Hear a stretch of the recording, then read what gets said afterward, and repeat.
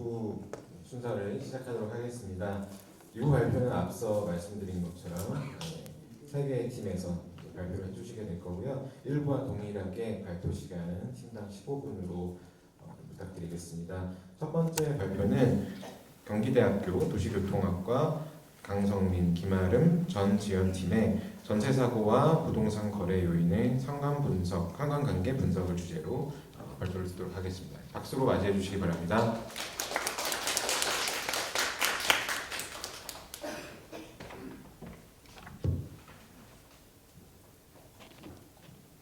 안녕하세요. 전세사고와 부동산 거래 요인의 상관관계 분석 발표를 맡은 경기대학교 도시교통공학과 학부생 전지현입니다. 발표 순서는 다음과 같은 순서로 진행될 예정입니다. 매매, 전세, 월세는 대한민국 국민이라면 정말 익숙하고도 친숙한 단어입니다. 그리고 요즘 가장 뜨거운 전세와 관련되어 있습니다. 우리나라에서 전세로 살고 있는 사람들은 약 25%로 전세주택의 거래는 전체 시장에서 4분의 1을 차지하고 있습니다. 이는 결코 적지 않은 점유율 현황을 보여주고 있는데요. 작년 서울 강서구, 금천구, 양서구, 그리고 인천광역시, 올해 수원 이 지명들을 들으며 기억나는 사건이 바로 전세 사기 사건입니다. 전세 사고 피해 사례가 급증하고 그 피해 금액이 막대한 만큼 정부가 내놓은 대책에 대해 많은 관심이 집중되고 있습니다. 이런 상황 속에서 저희는 대부분의 사람들이 부동산 거래 시 중요하게 여기는 요소들과 전세 사고와 어떤 상관관계가 있는지 알아보고 앞으로 안전한 부동산 거래에 있어 어떤 요소를 중점적으로 고려하면 좋을지 분석하여 전세 사기 예방 시스템 마련에 도움이 되고자 연구를 시작하였습니다. 전세 사기, 전세 사고 해당 단어들을 많이 혼동하여 사용하기도 합니다. 이에 대한 정확한 사전적 정의가 존재하지 않아 저희는 2022년 경기대학교 도시교통공학과 김진유 교수가 발표한 논문에 나와 있는 전세사고, 전세사기의 정의를 기준으로 해당 논문을 작성하였습니다. 전세사고란 전세기간이 만료되었음에도 불구하고 보증금을 반환하지 않는 것을 말합니다. 전세사고는 보증사고와 전세사기로 구분되며 전세사기는 의도의 유무를 떠나 세입자를 속여 전세금을 사기하는 것을 의미합니다. 보증사고는 두 가지 상황을 의미합니다. 첫 번째로는 전세계약 해지 또는 종료 후 1월까지 정당한 사유 없이 전세 보증금을 반환하지 못하는 경우, 두 번째는 전세계약 기간 중 전세 목적물에 대하여 경매 또는 공매가 실시되어 배당 후 전세 보증금을 반환받지 못하는 상황으로 전세 보증금과 관련된 사고를 의미하고 있습니다. 우선 전세 사기에 초점을 맞춰 연구를 진행했습니다. 전세 사기는 2022년에 갑자기 발생한 범죄가 아닙니다. 그동안 지속해서 예견되어 왔고 범죄 행위가 있었습니다. 하지만 이에 대한 정부의 대책은 미비하고 큰 이슈가 되지 않아 모든 이들의 관심 밖에 있었습니다. 빌라왕 전세 사기 사건 이후 정부는 전세 사기 전국 특별 단속을 실시하였고 그들이 발표한 중간 발표에서는 피해자 약 3,000명, 피해 금액은 약 4,600억 원으로 파악하였고 더 많은 피해자와 피해 금액이 있을 것이라 발표하였습니다. 경찰청이 공개한 자료들을 살펴보면 주 피해자들은 사회초년생들, 즉 사회 경험이 많지 않고 부동산 거래 경험이 적어 중개인에게 의존하는 경향이 있는 이들이었습니다. 사건이 공론화된 이후 10개월 동안 약 2,900명을 검거하고 288명을 구속하였습니다. 이 수치는 전년 대비 약 12배 정도 증가한 인원을 검거하였고 26배 증가한 인원을 구속하였음을 나타내고 있습니다. 약 3,000명의 피해자의 피해 금액은 총 4,555억 원으로 해당 발표 내용이 중간 결과였으며 최종 발표 시 그 피해자 수와 검거자 수 그리고 피해액은 더 늘어날 것으로 확인되고 있습니다. 약 2,900명의 검거자 중 허위 보증 보험으로 범죄를 저지르는 이들이 약 51%의 비중을 차지하였습니다. 허위 보증 보험은 금융기관의 전세자금 대출 등의 공적 기금을 소진하는 행위를 의미하고 있습니다. 피해자 신분별 검거 현황을 살펴보면 가짜 임대인, 임차인들이 가장 많다는 것을 알 수 있습니다. 이 모든 것들을 정리하면 피해자들은 가짜 임대인 혹은 임차인의 행세를 하며 허위 계약서를 이용해 금융 및 공공기관의 보증과 보험을 통해 대출금을 받아 편취하는 방식으로 전세 사기 행각을 주로 해왔다는 것을 확인할 수 있었습니다. 이뿐만 아니라 갭 투자를 하거나 단순히 보증금을 돌려주지 않는 사건 비율 역시 적지 않습니다.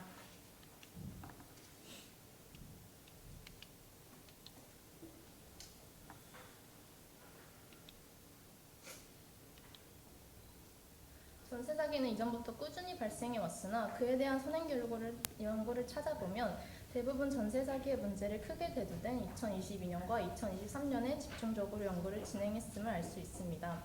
또한 기존 연구는 대부분 전세 사기의 발생 구조에 대해 분석하고 임대차 보호법의 개정 등 법률적 제도적 개선을 제시하고 있습니다. 저희는 여기서 더 나아가 전세 사기 발생과 관련 있는 부동산 거래 요인을 서울특별시 구별로 패턴화하여 그것에 대해 차이점이 존재하고 있습니다. 저희가 분석을 위해 사용한 데이터는 서울특별시의 2022년 8월부터 2023년 8월까지 공표된 한국부동산원 부동산테크 주택총조사 실거래가 공개 시스템의 데이터를 이용하였습니다. 상관관계를 분석하는 많은 방법 중 저희가 선택한 방법은 피어슨 분석 방법입니다. 저희는 우선 보증사고 현황, 전세가율, 주택 유형 비율, 실거래가, 실거래량 데이터를 지역별로 살펴보았습니다. 구별로 어떤 특징이 있는지 알아야 해당 분석이 유의미하다고 생각했기 때문입니다. 그 다음에는 R을 이용해서 사고 금액, 사고 건수, 아파트 전세가율, 연립 다세대 전세가율 사이에 피어슨 상관관계를 분석했습니다. 해당 수치가 절대값 1에 가까울수록 높은 상관관계를 갖습니다. 서울특별시 강서구에서 전체 사고의 4분의 1이 넘는 사고가 발생하였으며 약 3,200만 원의 가장 높은 보증사고 금액이 발생하였습니다. 구별 전세가율은 크게 아파트 전세가율과 연립다세대 전세가율로 나뉜 데이터를 이용하였으며 아파트 전세가율은 평균 58.6%로 중구가 가장 높은 전세가율을 나타냈습니다. 연립 다세대의 전세가율은 평균 73.5%로 아파트 전세가율에 비해 15% 높은 것을 알 수 있었습니다. 아파트와 연립 다세대의 구별 순위가 다르지만 강서구와 금천구의 전세가율이 모든 높은 순위를 속한다는 것을 확인할 수 있었습니다. 서울특별시의 주택 유형을 아파트, 단독주택, 연립주택, 다세대 주택으로 나뉘어 구별의 비율을 보았습니다. 아파트는 다른 주택 유형에 비해 차지하는 비율이 상대적으로 높았습니다.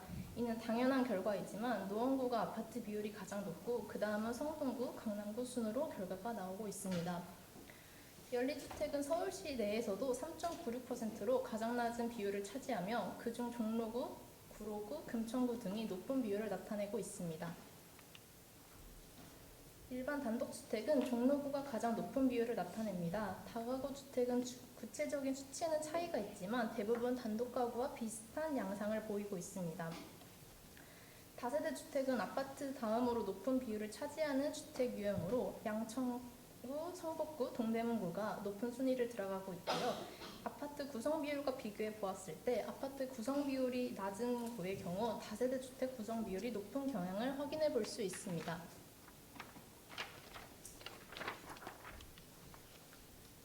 각 주택별 전세 실거래량을 보면 강서구가 가장 많은 거래 건수를 나타내고 종로구가 현저히 낮은 거래 건수를 나타내고 있습니다. 아파트부터 다세대 주택까지 실거래량을 나타낸 그래프입니다. 대부분 아파트가 많은 거래량을 나타내고 있고 단독가구와 다세대의 실거래량의 그래프가 유사한 패턴을 보이는 것을 확인할 수 있었습니다. 아파트부터 다세대 주택까지 실거래가를 나타낸 그래프입니다. 일부 특정 지역을 제외하고 나면 앞선 실거래량과 비슷한 패턴을 보임을 알 수 있었고요. 아파트의 경우 서초구, 강남구, 용산구가 가장 높은 금액으로 거래되었으며 단독 다가구의 경우 노원구, 도봉구, 금천구가 가장 낮은 금액으로 거래되고 있었습니다. 연립주택과 오피스텔까지 살펴보면 지역별 지가에 따라 실거래가가 형성되었고 비교적 낮은 금액대의 주택 거래 지역 중에서도 단독 다가구가 가장 낮은 금액으로 거래되었음을 알 수 있었습니다. 다음은 산점도를 통해 사건 건수와 사고 금액 간의 상관관계는 0.99로 매우 높은 상관관계를 갖는다는 것을 알 수 있었습니다. 아파트 전세가율과 사고 금액 간의 상관관계, 연립 다세대 주택 전세가율과 사고 금액 간의 상관관계를 보면 산점도의 분포가 매우 크다는 것을 알 수 있습니다. 이는 각각의 사고 건수 간의 상관관계도 동일하다고 알 수 있습니다.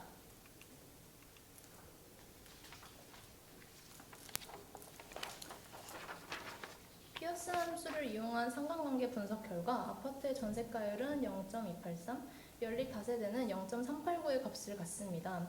아파트보다 연립 다세대에서 더 많은 사건 사고가 난다는 것을 확인할 수 있었고요. 아파트의 그래프를 살펴보면 연립 다세대의 그래프보다 더 산포가 큼을 볼 수 있습니다. 여러 언론 보도와 다양한 데이터들에서 말했듯 연립 다세대의 전세가율은 사건 사고 간의 상관관계가 높음을 알 수 있었습니다. 주거 유형별 사고 금액과 사고 건수는 서로 유의미한 상관관계를 갖는 것을 알 수 있었습니다. 전세가율도 아파트보다 연립 다세대 주택이 더 큰 상관관계를 갖습니다. 사고 금액, 사고 건수와 각 주택 유형의 상관관계는 다음과 같은 결과가 나왔습니다. 이는 사고 금액과 사고 건수가 동일한 주택 유형에 집중적으로 존재함을 의미하고 해당 주택 유형이 전세 사고의 위험 요소를 많이 가지고 있다는 의미가 됩니다. 결론적으로 모든 요소에서 약한 상관관계가 있다고 도출되었으나 연립 다세대 주택이 밀집한 지역에서 전세 사고가 자주 발생하는 것으로 드러났습니다. 앞으로의 전세 사고를 예방하기 위해서 전세가율, 주택 유형 등의 관련 요소를 고려하여 전세 사고 위험도가 높은 주택을 선별적으로 관리할 필요가 있습니다. 특히 연립 다세대 주택의 전세가율, 실거래가 등을 집중적으로 고려하여 앞으로 전세 사고를 예방하기 위해서 만들어질 정책들과 시스템의 고려 요소를 포함할 필요가 있습니다. 다양한 기술들을 활용하여 전세 사고 패턴을 분석해야 하며 사고 위험도가 높은 지역이나 주택에 대해서 정부 차원에서의 특별한 관리 시스템을 구축해야 합니다. 본 연구는 데이터 부족으로 인해 건물별이 아닌 서울특별시 구별로 집합화해 평균 데이터로 분석하였기 때문에 분석 결과에 한계가 있었습니다. 또한 변수들의 통제가 미흡하다는 한계점 또한 지니고 있으며 이에 구별이 아닌 각각의 건물별로 세분화하여 변수들을 통제할 후속 연구가 진행되어야 할 것입니다. 이상 들어주셔서 감사합니다.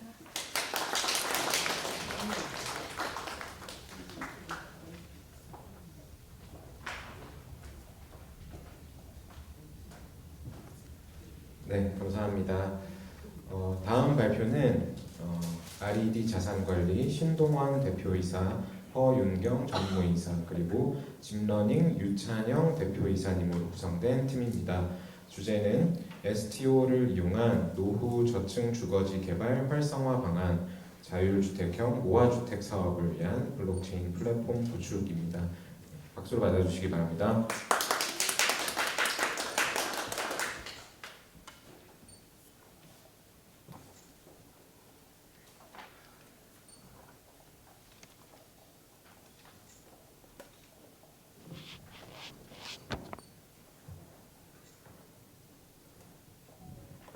안녕하십니까. RED 자산관리의 대표이사 신동원입니다. 먼저 한차 부족하지만 저희 논문을 보시고 이렇게 수상까지 해주시고 저희 이렇게 발표할 수 있는 기회까지 주셔서 정말 큰 영광입니다. 감사드립니다. 저희 같이 이 공동 저자 중에 허윤경 님이 계십니다. 혹시 그 허윤경, 유명하신 허윤경 박사님은 아니니까 오해하지 마시기 바랍니다. 저희 이 허윤경, 여기 계신 허윤경님은 저희 회사의 전무이사고요, 부동산학 석사입니다. 그 지난 올 초에 같이 STO 관련한 논문을 제출하기도 했습니다. STO를 이용한 부동산 간접 투자 활성화 방안이라고 그 한국감정학회 논문을 제출하기도 했습니다. 저희가 다년간 의도치 않게 우연하게도 부동산 관련된 그 블록체인을 계속 연구하고 있었습니다. 공동저자 중에 유찬영 그 딥러닝의 대표이사 유찬영 대표이사는 영국에서 전자공학을 전공한 유망한 인재입니다. 저희가 함께 그 연구했던 그 STO를 이용한 노후저층 주거지 개발 활성화 방안에 대해서 말씀을 드리겠습니다. 여기 자율주택형 모아주택 사업을 위한 블록체인 플랫폼 구축이라고 써 있습니다. 여러분들 흔히 블록체인이라고 하면 많은 분들이 가상화폐를 연상할 수 있습니다. 하지만 저희 연구에서는 그 가상화폐나 그 화폐적 기능을 철저히 배제하고 단순히 블록체인 기술을 이용한 부동산 개발을 위한 플랫폼입니다.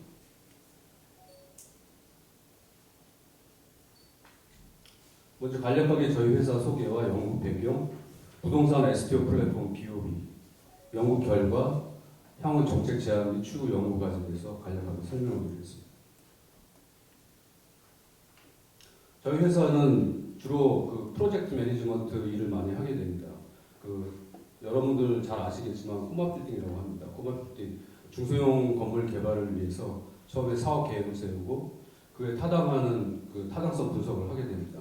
그리고 사업 진행을 하고 건물 개발을 하고 완공된 건물을 관리 운영하고 매각하고 다시 또 매입해서 새로운 프로젝트를 하는 그런 일을 하고 있습니다. 저희가 강남에서 이 2009년 전부터 했는데요. 2009년부터 19년까지의 실제 저희가 개발한 사례들을 모아서 책을 출간하게 됐습니다. 운이 좋게도 길버 출판사의 무작정 따라하기 시리즈로 꼬마 빌딩 재테크 무작정 따라하기라는 제목으로 책을 출간하게 됐습니다. 저희가 18년도니까 약 5년 전입니다. 그 성북동에서 이와 유사한 꼬마 빌딩을 이제 개발하던 적이 있었는데요. 이때 그 항상 저희는 개발하면서 주변 그 인근 지역을 답사하면서 괜찮은 개발지가 있는지 찾아보던 중에 우연치 않게 한성대 입구역과 성신여대 입구역 사이에 있는 아주 작은 초소형 꼬마 노후주택을 발견하게 됩니다. 아주 특이하게도 역세권 사이에 대로변 바로 이면이라서 상당히 훌륭한 입지를 갖고 있었는데요. 그럼에도 불구하고 이 지역은 너무나 나쁘게 있었습니다. 대부분의 건축물들이 40년, 50년은 기본이었습니다. 60년, 70년 정도까지. 그렇게 오래된 건축물이 포진해 있던 그런 곳이었습니다. 제가 먼저 51번지를 매입을 해서 철거를 하던 중에 옆집에 계신 할아버지께서 저에게 다가오시면서 여러 가지 질문을 하십니다. 저희가 실제 규모 검토하던 과정에서 이렇게 작은 땅임에도 불구하고 5층까지 신축이 가능하다는 그런 사실을 확인하고 저희는 매입하고 실제 계획은 옆에 필지 두세 개를 더 매입을 해서 개발하려고 그런 계획을 가지고 처음에 저 앞 필지부터 먼저 매입을 시작합니다.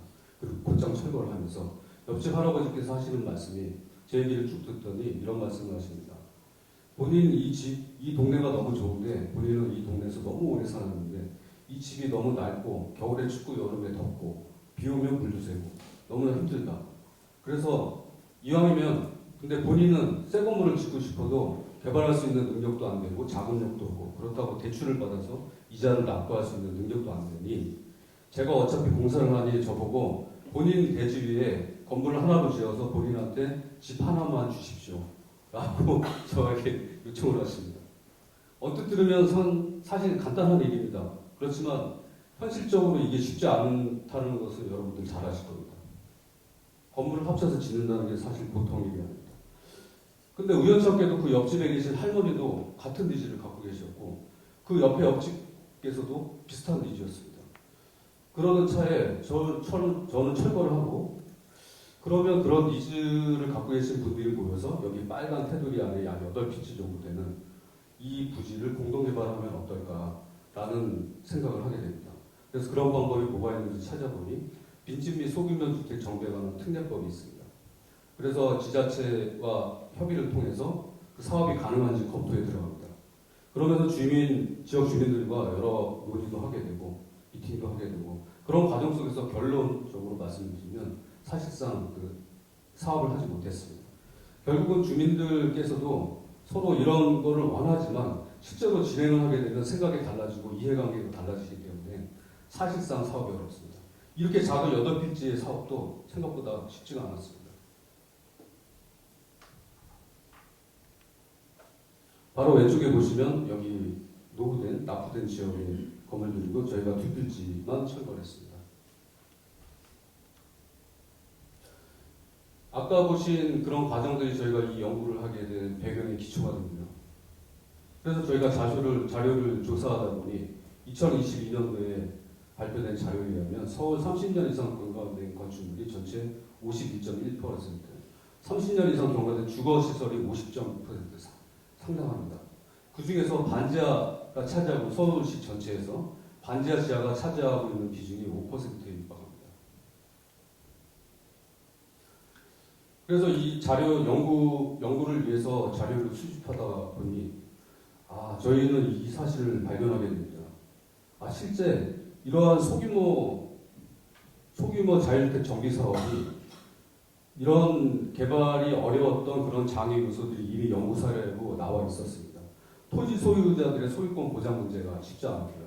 토지 소유자의 자금력 부족, 낮은 수익성 때문에 사업이 부진합니다. 주민협의체 구성 자체가 사실 쉽지가 않습니다. 그래서 저희는 이번 연구에서 지난해부터 적극적으로 서울시에서 추진하고 있는 모아주택을 샘플로 해서 연구 과정에서 자율주택형 모아주택 개발 단계, 5단계로 구성을 해봅니다. 처음에 아까 말씀드린 것 같이 2호 이상, 저희 연구에서는 4호인데요. 2호 이상의 주민들이 서로 합심을 해서 개발하겠다는 주민합의체를 구성하겠다. 두 번째 단계는 주민합의체가 구성이 되면 사업 계획을 수립하게 됩니다. 그 과정에서 자금의 50%를 STO를 통해 조달해서 투자자로부터 유입된 그 자금으로 사업을 진행할 수 있도록 그런 환경을 조성합니다. 여기서 중요한 게 인증 디벨로퍼입니다.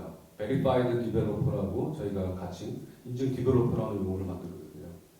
실제 이런 소규모 개발에서는 대형 건설사나 대형 시공사, 대형 개발 업체가 참여하기는 현실적으로 쉽지 않습니다.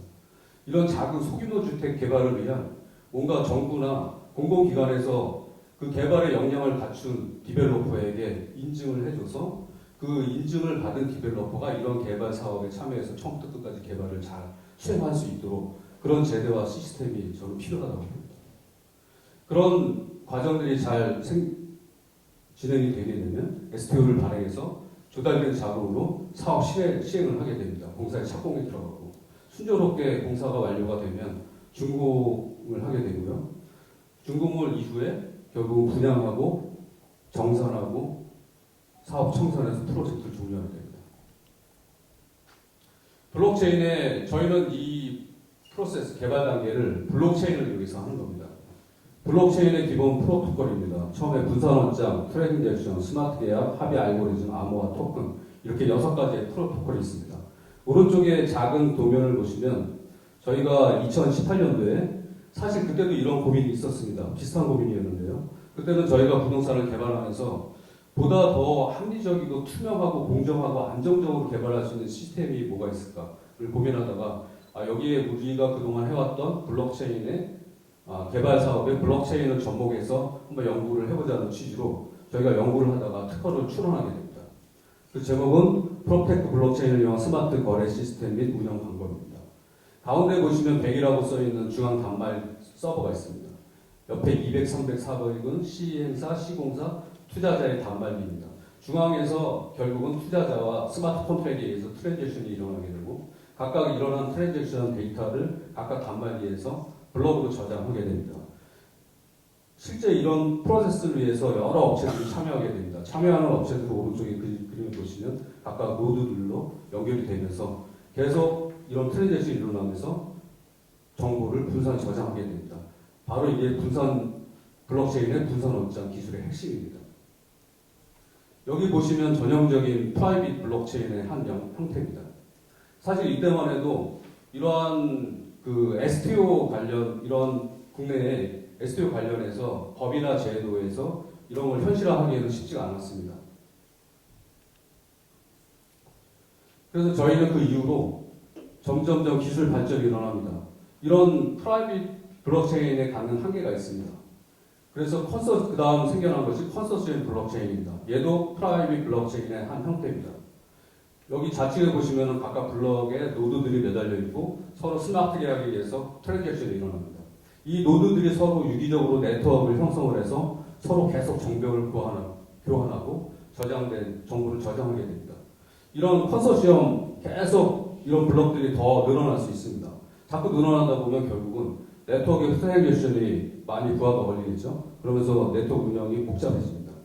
그래서 새로 탄생한 새로운 기술이 하이퍼 레저 패브릭이라는 겁니다. 얘네들은 여기 좌측에 그림에 보시게 되면 여기 채널 안에 각 하나의 채널 안에 참여 기관들이 병렬로 쭉 나열할 수 있습니다.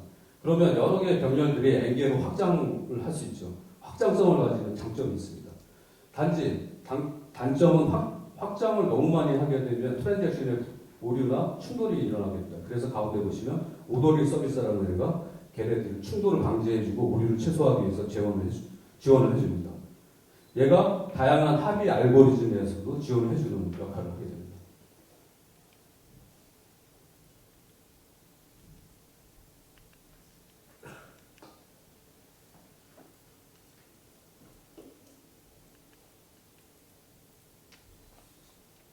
예, 이런 과정, 이런 앞서 그림에서 보여드렸던 것처럼 컨소시엄 블록체인과 하이퍼레저 패브릭이라는 기술을 저희는 합체해서 비오비라는 새로운 플랫폼을 구상을 하게 됩니다.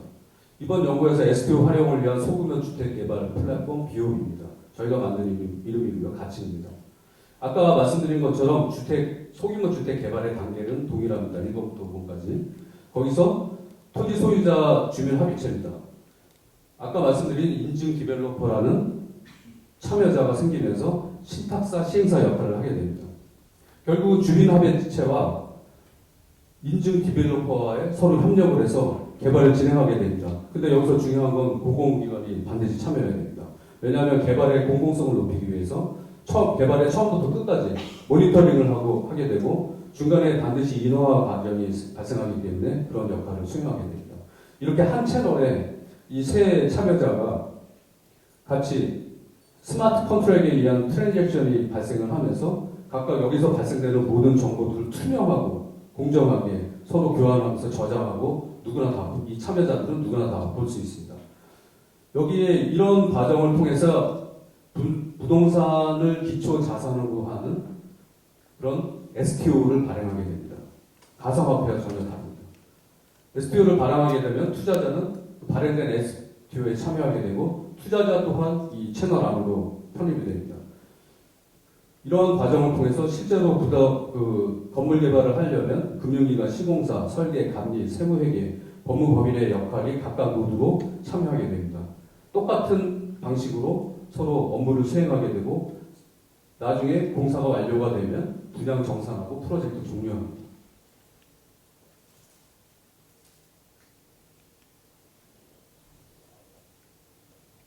지금 조금 전에 보여드린 화면이 바로 소규모 주택개발 플랫폼의 BOB의 기본 설계 구조입니다.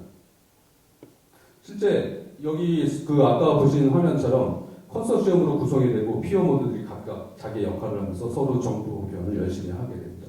여기서 또 한 가지 좀 차이점 설명드리면 하이퍼레저 패브릭이라는 기능에서는 체인 코드 개발에서 큰 차이가 있습니다. 일반적으로 우리가 알고 있는 흔한 퍼블릭 블록체인에서는 스마트 계약을 코딩할 때 솔리디티라는 단일 언어로 하는데 얘는 다양한 프로그래밍 언어를 구사할 수 있기 때문에 훨씬 더 다양성과 유연성을 갖고 있는 게 큰 장점입니다. 저희가 이 플랫폼을 개발하면서 사실 이 연구를 하면서 서울시의 노후주거지 개발, 주택 부족 문제, 열악한 환경 이런 것들은 항상 저희가 오랫동안 갖고 있었던 숙제입니다. 앞으로도 계속 이런 과제는 계속 지속되리라고 봅니다. 물론 관련 법령이나 제도도 계속 개선되고 있지만 무엇보다도 아까 처음에 말씀드린 것처럼 주민들이 스스로 참여하고 그런 재원 부족도 사실 이 사업을 진행하기 위한 상당한 걸림돌입니다. 저희 연구가 이런 문제를 극복하기 위한 하나의 동기가 될 수 있다고 저희는 기대하고 있습니다. 실제로 저희가 연구하면서 미국의 사례, 싱가포르의 사례, 일본의 사례, 그 다음에 한국의 사례도 여러 사례를 스타디했습니다. 거기서 저희가 조금 더 강한 확신을 가질 수 있었는데요. 미국에서도 마찬가지로 최초의 부동산 STO를 발행해서 하는 블록체인 기술을 이용해서 개발하는 아스펜 코인이라는 사업이 있었습니다. 처음에 아스펜 코인이라는 사업도 한계를 느끼고 결국은 더 진보된 블록체인을 도입하게 됩니다. 그래서 시큐리타이즈의 DS 프로토콜이라는 시스템을 사용하게 됩니다. 세종텔레콤도 마찬가지였습니다. 처음에는 비브릭이라는 초기의 블록체인 시스템을 사용해서 부산의 상업시설을 STO를 발행을 해서 분양하는 사업을 하다가 나중에 이 하이퍼레저 패브릭이라는 기술을 도입하게 됩니다. 그런 사례들을 통해서 저희는 조금 더 큰 가능성을 갖게 되었습니다. 저희가 지금 저희 연구에서 개발 제안해드린 이 BOB 컨소시엄 블록체인과 하이퍼레저 패브릭을 혼합해서 결성한 BOB라는 부동산 플랫폼이 저희는 감히 부동산 개발 사업에 위한 혁신적인 신모델이 될 수 있다고 기대를 합니다. 왜냐하면 이 플랫폼을 사용하게 되면 이 소규모 주택 개발에서 자금 조달의 효율성과 개발 과정의 투명성을 향상시켜 줄 수 있습니다. 그것이 곧 부동산 개발 프로세스를 충분히 개선할 수 있다고 보고요. 궁극적으로는 저희가 지금 아까 처음에 보여드렸던 자료처럼 지금 서울시에 있는 그 많은 노후 저층 주거지 개발을 위해서 개발과 환경 개선을 위해서 또한 서민 주거 안정에 상당히 기여할 수 있지 않나 저희는 그렇게 생각합니다. 근데 지금 저희가 제안해드린 이런 부분들이 사실 현실화되기 위해서는 정책적, 법적 이런 시스템적인 개선이 돼야 될 부분들이 몇 가지가 있습니다. 그 중에서 하나가 부산원장 기록에 대한 권리 추정력 인정인데요. 다행히도 지난 여름에 국회에서 국민의힘과 여당과 야당이 함께 협의를 해서 발의된 걸로 저희가 알고 있습니다. 두 번째, 등기 공시 제도의 도입도 사실 필요합니다. 개발 과정에서 뭔가 투명한 정보를 공개하기 위함입니다. 그 다음에 공신력을 갖춘, 전문 역량을 갖춘, 공신력을 갖춘 검증자가 컨소시엄 형태로 참여를 할 필요가 있습니다. 또 한 가지 중요한 부분이 세제 혜택입니다. 소규모 주택 개발을 하기 위해서 아까 말씀드린 것처럼 신탁사로의 소유권 이전이 발생할 수 있고요. 그 다음에 또 다른 소유권 이전이 발생할 수 있습니다. 개발 과정에서 어쩔 수 없이 발생하는 소유권 이전입니다. 그런 과정 속에서 취득세 중과나 종합부동산세, 양도소득세, 재산세 등등 주택 개발을 이런 소규모 주택 개발을 하기에 그런 세금들은 상당히 부담이 될 수 있습니다. 현실적으로 이러한 부분들을 혜택 완화가 사실 절실합니다. 이런 소규모 주택 개발이기 때문에 대형 건설사나 신탁사가 참여하기 쉽지 않은 환경입니다. 따라서 중소형 신탁사, 중소형 개발사들이 참여할 수 있는 그런 기회를 확대하는 그런 제도도 필요합니다. 여기서 가장 중요한 것이 바로 여섯 번째 인증 디벨로퍼입니다. 아까도 제가 잠깐 설명드렸지만 이런 소규모 사실 외국에서는 그 영어권 나라에서는 빌더라고도 표현을 하는데요. 우리나라에서도 이런 대형 개발 업체들은 많이 있지만 이런 소규모 개발을 할 수 있는 이런 인증 디벨로퍼 이런 업체가 반드시 필요합니다. 정부나 공공기관에서 개발 요건을 충분히 갖추고 공정하고 투명하고 신뢰성 있게 개발을 할 수 있는 그런 디벨로퍼에게 인증을 해주고 인증을 받은 디벨로퍼가 실제 이런 사업을 수행할 수 있는 그런 제도와 시스템, 환경이 조성되어야 된다고 생각합니다. 제가 오늘 아침에 우연찮게 뉴스를 보다가 그 한 뉴스가 눈에 확 들어왔습니다. 그 며칠 전에 미국의 통화감독청이라는 기관이고요. 그 청장의 마이클 쉬리라는 사람이 있습니다. 그분이 워싱턴 DC의 어떤 행사에서 이런 발표를 했습니다. 발표하는 도중에 본인의 이제 생각이 있죠. 발표하는 도중에 가상화폐는 상당히 부정적이다. 그렇지만 다만 자산을 토큰화하는 일 STO입니다. STO는 앞으로 자금과 증권화의 이동에 상당히 그 복잡한 문제를 해결할 수 있는 해답이 될 것이다. 라고 얘기했습니다. 저도 저희가 지금 연구한 컨소시엄 블록체인과 하이퍼레저 패브릭을 혼합한 바로 그 모델 플랫폼 BOB가 앞으로 혹시라도 잘 더 진보돼서 더 발전이 돼서 아까 말씀드린 그 서울시뿐만이 아니고 대한민국 나아가서는 해외도 될 수 있을 것도 같습니다. 혹시 이런 노후주택, 저층주택 개발에 조금이라도 기여를 해서 우리 그 주민 서민들의 주거 환경 개선과 우리들이 서민의 주거 안정에 조금이라도 기여할 수 있다면 그보다 더 큰 가치와 보람은 없을 것으로 저는 기대합니다. 고맙습니다.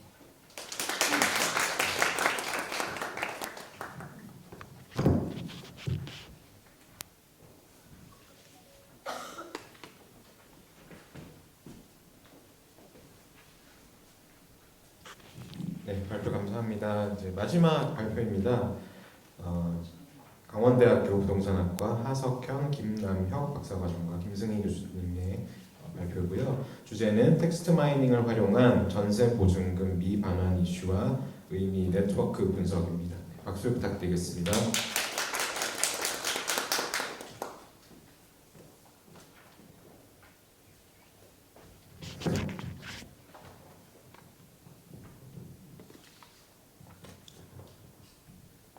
긴 시간 발표 들으시느라고 고생이 많으십니다. 마지막 발표이니 좀 빠르게 진행하도록 하겠습니다. 텍스트 마이닝을 활용한 전세 보증금 미반환 이슈와 의미 네트워크 분석을 발표하게 된 강원대학교 부동산학과 박사과정 하석현입니다.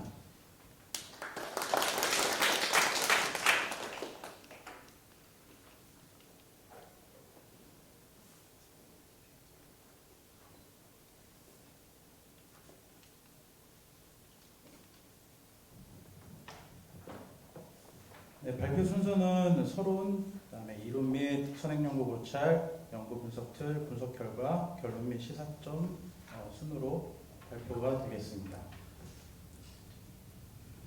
최근 주택가격이 하락 또는 둔화함에 따라 기존 전세계약을 맺은 임차인은 주택가격 대비 전세가율이 높아지고 있는 상황에 놓여 있으며 임대차 분쟁 및 그 외 여러 원인으로 전세 보증금을 돌려받지 못할 위험에 처해 있습니다. 그 중에서도 특히 전세사고, 전세사기, 역전세 등으로 대표되는 전세보증금 미반환 문제는 짧은 기간 내에 사건이 연속적으로 발생하였으며 사회적 이슈로도 주목받기 시작했음에 그 연구 배경이 있습니다. 주택임대차 시장에서 전세보증금 미반환 현황과 함께 전세제도에 대한 인식 및 전세보증금 미반환 등 주요한 이슈와 논의 과정들 그리고 문제점을 살펴보고자 텍스트 마이닝 분석 방법을 활용하여 토픽별로 의미를 파악하고 이를 통해 부동산 시장 환경의 변화함에 따라 변모하는 전세제도 관련 인식과 전세보증금 미반환 이슈의 경향을 확인하고 신축적인 이해와 이에 대응하는 부동산 산업과 정책의 방향성을 제시하는 것이 이 연구의 목적입니다. 연구 범위 및 방법은 크게 세 개 부분으로 나누어집니다. 먼저 이론적 논의에서 전세보증금 미반환의 정의와 분류, 전세보증금 미반환 관련 선행 연구, 텍스트 마이닝의 균형과 특성을 살펴보고 있고요. 분석 자료 및 방법에서는 데이터 수집 및 전처리, 토픽 모델링 분석을 거쳐 네트워크 분석을 진행하였습니다. 마지막으로 분석 결과 및 결론에서는 군집화된 토픽 명명 및 토픽 그룹핑을 하고요. 전세보증금 보증사고 현황 및 전세 사기 피해 현황과 토픽별 이슈 매칭을 하여 토픽별 키워드 연관관계 도출 및 해석을 하였습니다. 전세보증금 미반환의 정의와 분류입니다. 전세보증금 미반환은 크게 전세사고, 전세사기로 나누어지고 전세사고는 다시 전세보증사고와 일반 전세사고로 나누어집니다. 전세사기는 보시는 바와 같이 연구자들별로 정의를 내리고 있습니다.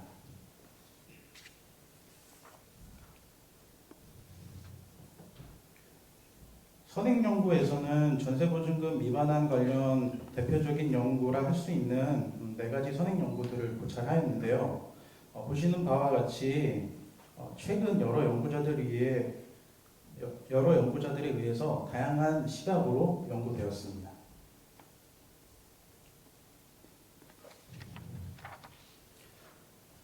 빅데이터를 효과적으로 분석할 수 있는 텍스트 마이닝 분석 방법을 활용하여 언론 기사에서 나타나는 키워드와 토픽을 추출하고 토픽별로 의미를 파악함으로써 전세보증금 미반환 이슈와 관련된 인식 및 관심의 변화를 정량적으로 확인할 수 있음은 물론 선행 연구들과의 연계성을 통해 더욱 전체적인 시각으로 문제를 다루고자 하는 것에 차별점을 두었고 주택 임대차 시장에서의 전세보증금 미반환 이슈와 전세제도에 대한 인식을 중심으로 다양한 토픽과 관점을 살펴봄으로써 전세사기와 관련된 문제뿐만 아니라 전세보증금 미반환, 전세사고, 전세제도 등 다양한 측면을 종합적으로 다루며 주택 임대차 시장의 변화와 이슈에 대한 심층적인 이해를 제공하는 데 의의가 있다고 할 수 있습니다.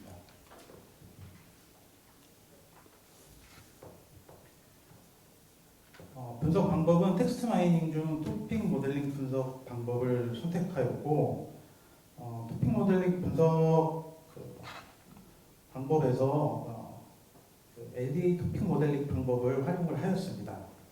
마지막으로 그 데이터 간의 관계를 노드와 링크로 표현하는 네트워크 분석을 활용하였습니다.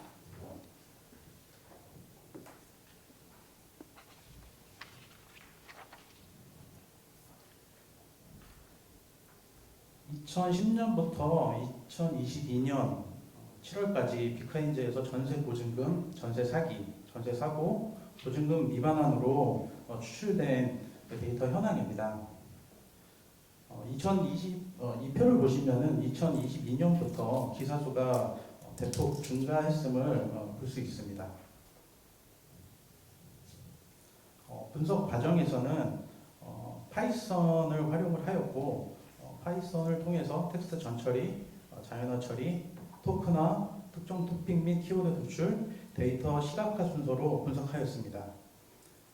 주택도시보증공사의 전세보증금 보증사고 현황 자료와 전세사기 피해 현황을 집계한 경찰청 보도자료는 분석 결과가 도출된 이후 결과를 뒷받침하기 위해 활용하였습니다. 분석 결과입니다. 첫 번째 일관성 지수입니다. 일관성 지수표와 그래프를 보시면 토픽이 8개일 때 일관성 지수가 가장 높았으며 일관성이 유지된다고 판단을 하여 토픽을 8개로 선정을 하였습니다.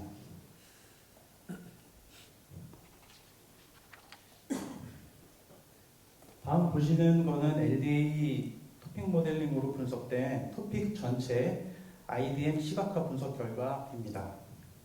각 토픽은 원으로 표현되고 프레밸런스가 높을수록 원의 크기는 커지며 토픽 사이가 가까울수록 연관성이 높은 것으로 볼 수 있습니다. 1번 토픽과 3번 토픽, 7번 토픽은 거리가 좀 떨어져 있어서 연관성이 좀 멀다고 좀 보실 수가 있고요. 나머지 토픽 2번, 8번, 5번, 6번, 4번은 어느 정도 이제 거리가 가깝기 때문에 연관성이 있다라고 볼 수가 있습니다.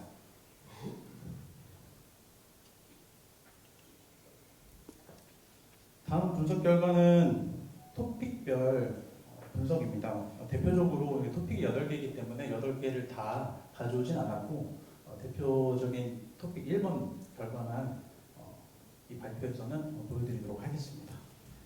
특정 토픽의 주요 키워드 이제 순서대로 보여주는 시각화 결과입니다. 그래서 1번 토픽 같은 경우에는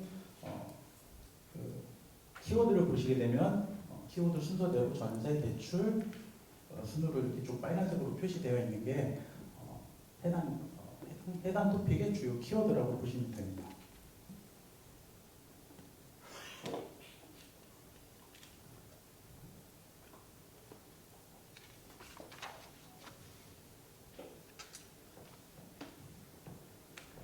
그 다음에 각 토픽의 주요 키워드들이 어떻게 구성되어 있는지 표를 통해 보시겠습니다. 일단 1번부터 4번 토픽까지 보시겠습니다. 밑에 워드 클라우드도 보시면 키워드 분포값을 반영하여 키워드 크기로 글자 크기로 나타내는 시각화 결과를 같이 보실 수가 있습니다. 토픽 1 같은 경우는 전체 비중 30.8%로 주요 키워드를 반영하여 전세시장과 대출이라고 명명을 하였습니다. 주택 가격과 전세보증금 시차하락으로 역전세, 깡통전세와 같은 전세시장 교란의 결과로 전세보증금 미반환, 전세 사기 등과 같은 심각한 문제가 실제 발생하고 있음을 확인을 할 수가 있습니다. 토픽 2는 비중 14.4%로 주요 키워드를 반영하여 전세 세입자와 경매로 토픽명을 명명하였습니다. 기사에서 이제 뒷받침되는 기사들이 해당 논문에는 있는데요. 이 발표 자리에는 실지 않았습니다. 기사에서도 확인하듯이 전세 사기 여파로 보증금을 반환받지 못해 경매 건수가 급증함을 확인할 수가 있습니다. 토픽 3은 비중 14.3%로 정부정책과 부동산으로 명명을 하였습니다. 정부정책은 특히 정권에 따라 영향을 많이 받고 모든 정권마다 수많은 부동산 관련 정책을 추진하였으나 부동산 정책이 단기적인 개선 위주로 접근하였다는 것을 선행연구표를 통해서 뒷받침하는 자료로 확인을 하실 수가 있습니다. 토픽 4는 비중 13.9%로 전세보증금 위반한 및 전세 사기 발생과 검경 합동 수사로 명명하였습니다. 주택 도시보증공사의 전세보증금 위반한 보증사고 현황과 범정부 전세사기 특별단속을 통한 경찰청 보도자료를 통해 관련 현황이 뒷받침되고 있음을 알 수가 있습니다.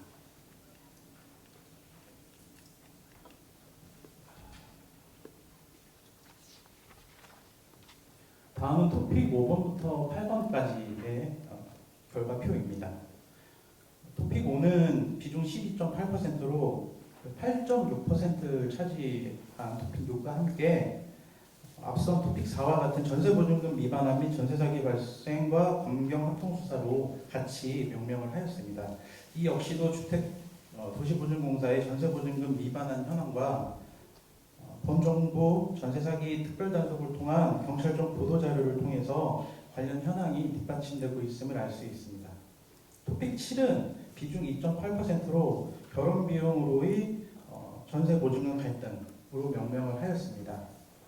결혼을 앞둔 자녀 전세보증금, 주거비용으로서 결혼비용에 대한 부담, 주거비용으로 결혼을 포기하거나 미루는 원인 등의 기사와 함께 전세 가격이 상승하고 대출금리가 인상되면서 주거비 부담이 더 커지고 전세 사기 불안까지 감당해야 되는 예비 부부들의 어려움을 겪는 경우가 많아짐을 확인할 수가 있습니다. 마지막으로 토픽 8은 비중 2.3%로 전세보증금 위반한 주택 유형 확장으로 명명을 하였습니다. 범정부 전세사기 특별단속을 통한 경찰청 보도자료 중 피해 주택 유형 및 금액별 현황이 이를 뒷받침하고 있음을 알 수 있습니다.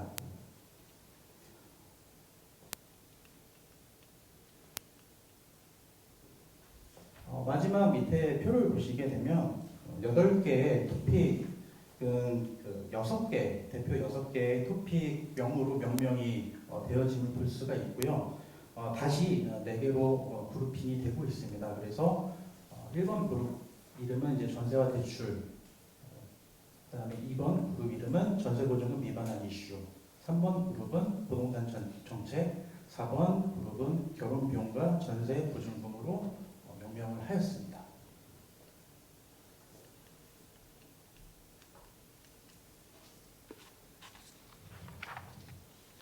마지막으로 키워드 네트워크 분석입니다. 토픽 1번, 3번, 7번의 경우 토픽과의 연관관계가 높지 않았지만은 나머지 5개 토픽은 서로 상호 연결관계를 갖는 것으로 분석 결과 나타났습니다. 특히 이들 주제 중 주제 비중과 관련 없이 토픽 4번, 5번, 6번 그룹으로 보시게 되면은 그룹 이제 2번에 들어가 있는 것을 보실 수가 있는데요. 해당 토픽들은 가장 높은 연결 중심성을 보이고 있으면서 전세보증금 위반한 이슈 중에서 전세보증금 위반한 및 전세사기 발생과 검경 합동 수사로 명명을 했는데 이 토픽이 다른 여러 토픽에 전방위적으로 나타나는 문제로 이제 인식을 할 수 있다라는 어떤 결과를 보여주는 시각화 자료라고 보시면 될 것 같습니다.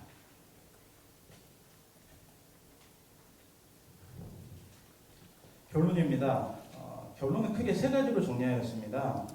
첫 번째는 전세보증금 위반한 및 전세사기 증가 측면입니다. 분석 결과 전세보증금 위반함과 전세사기와 관련된 문제가 증가하고 있음을 키워드 분포값을 통해 확인을 하였으며 특히 부동산 가격 상승과 관련된 갭투자와 전세보증금 반환 문제가 주목받았음을 확인할 수 있었습니다. 두 번째는 정부 정책이 부동산 가격과 전세 시장에 미치는 영향이 다양하게 나타났으며 특히 전세 시장의 안정화를 위한 전세자금 대출 제도가 되려 전세자금 대출이 급증함으로써 전세보증금 위반한 사고 증가의 결정 요인으로 작용한 것과 같이 정책 실행에서 양면성이 존재하고 있음을 볼 수 있었습니다. 마지막으로 현재 정부 기관 그리고 부동산 시장 관계자들은 전세보증금 위반함과 전세사기 문제에 대한 대응과 개선을 위한 노력이 필요하다는 결론에 공감하며 더 효과적인 범정부 차원의 경찰과 검찰의 수사 추진, 법률 상담 및 소송 지원, 관련 특별법 제정, 일시적 임대주택 공급 등 다수의 지원 정책들을 추진 중에 있음을 확인할 수가 있습니다. 시사점입니다. 전세보증금 미반환을 근본적으로 해결하기 위해서 전세시장 안정화와 전세자금 대출제도 개선, 전세사기 예방 및 피해 구제 강화, 가해자 처벌 강화 등 부동산 금융, 입법 정책 등이 망라되어 사각지대가 최소화된 종합적인 제도 마련과 기존 제도의 보완이 필요하고 사회 문제를 해결하기 위한 정부 및 사회 구성원 간의 노력이 필요함을 다시 한번 강조하며 부동산 시장의 건전한 발전과 국민들의 주거 환경 향상을 위한 지속적인 노력이 필요하다고 하겠습니다.